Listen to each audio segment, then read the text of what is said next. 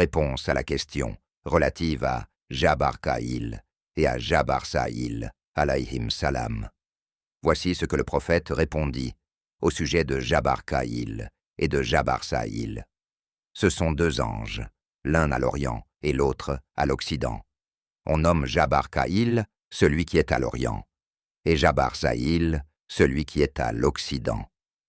Ces anges sont tous les deux enchaînés à la montagne de Kaf, qui est de couleur émeraude. Ils ont chacune 12 coudées de long. Le prince des croyants, Ali, fils d'Abu Taleb, se trouvait en présence du prophète avec les Juifs qui étaient venus de Khaybar, de Fadak, et ceux des Beni Koraïda qui étaient venus avec Abu Jehel et Walid ben Mogaïra, pour voir si ce que le prophète dirait serait d'accord ou non avec la Torah et les traditions talmudiques. Ali dit « Ô apôtre de Allah, Wallah Ta'ala, ces anges sont-ils dans le monde que nous habitons ?» Le prophète répondit « Ces deux anges sont situés dans les ténèbres et enchaînés à la montagne de Kaf. » Ali demanda « Combien a-t-il d'habitants en ce lieu-là ?» Le prophète dit « Chacun de ces anges a des milliers d'insectes, et dans chacun des cours d'eau, il y a une garnison de milliers d'animaux sous ces eaux qui vivent dans cette nuit constante, ainsi qu'un seul ange du nom de Taqil qui a son tour de garde, et, quand Allah aura décidé de mettre terme à toute vie sur terre, donnera la fin de sa mission une fois qu'il aura monté la garde. Il ne reviendra plus jamais. » Ali demanda « Pourquoi faut-il qu'un seul ange qui soit de garde en ce lieu-là » Le prophète répondit « C'est parce qu'il y a des connaissances en grande quantité qui appartiennent à ces deux anges qui ont rendu fous ces peuples que l'on nomme Taris, Fid et Mensik. Ils sont devenus ennemis à cause des connaissances Jabarkaïl et de Jabarsaïl.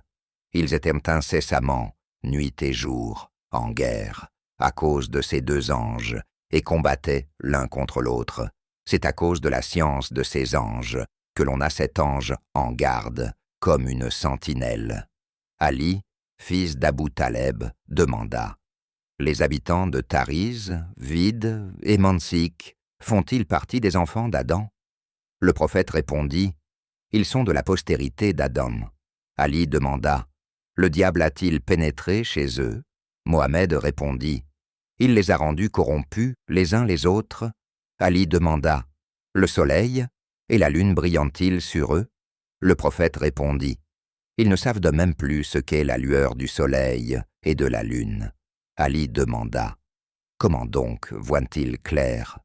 Mohammed répondit « La lumière leur vient de la montagne de Kaf, et leurs insectes, leurs pierres et leurs animaux sous l'eau sont tous comme une lumière qui brille. » Ali demanda « Ô apôtre de Dieu, que mangent-ils » Mohammed répondit « Des animaux qui parcourent leur visage de temps à autre. » Ali demanda « De quoi sont-ils vêtus » Le prophète répondit « Ils sont couverts chaînes qui sont comme des vêtements. » Ali reprit « Ce sont donc des hommes ?» Mohammed répondit « Non, mais leur obéissance à Allah était semblable à celle des anges avant qu'Allah leur donnât le libre arbitre. » Ali demanda « Ont-ils des enfants ?» Le prophète répondit « Bien qu'ils avaient les recommandations d'Allah de ne point avoir des contacts charnels avec des femmes parce qu'ils sont tous deux des anges, ils eurent tous deux une descendance parmi ces peuples d'avant le déluge. » Ali demanda « Sont-ils du nombre des anges du cieux ou de celui des anges de l'enfer ?» Le prophète répondit « Ils sont du nombre des anges de l'enfer, parce qu'ils suivirent leur passion à cause du libre arbitre et ont négligé la religion et la loi, et bien qu'ils professèrent la soumission à Allah dans les cieux. » Dans la première nuit de la révélation du prophète Idris, lorsque Salsaïl l'eut porté au mont Kaf pour entreposer les feuillets qui étaient en des révélations des prophètes Adam, Shit et lui-même, il fut mené vers ses anges. Il leur offrit la révélation. Ils crurent en lui et en la religion d'Allah. il établit sur eux un ange en garde du nom de Takil, et il leur enseigna les révélations qu'il y avait dans ces feuillets. Salsaïl le conduisit ensuite vers Taris, Fid, Mensik et vers les Assus. Ils furent infidèles et n'acceptèrent pas l'islam. Ensuite, Ali demanda, « Ô apôtre d'Allah, quelqu'un d'entre les hommes peut-il arriver à ce lieu où sont ces anges ?»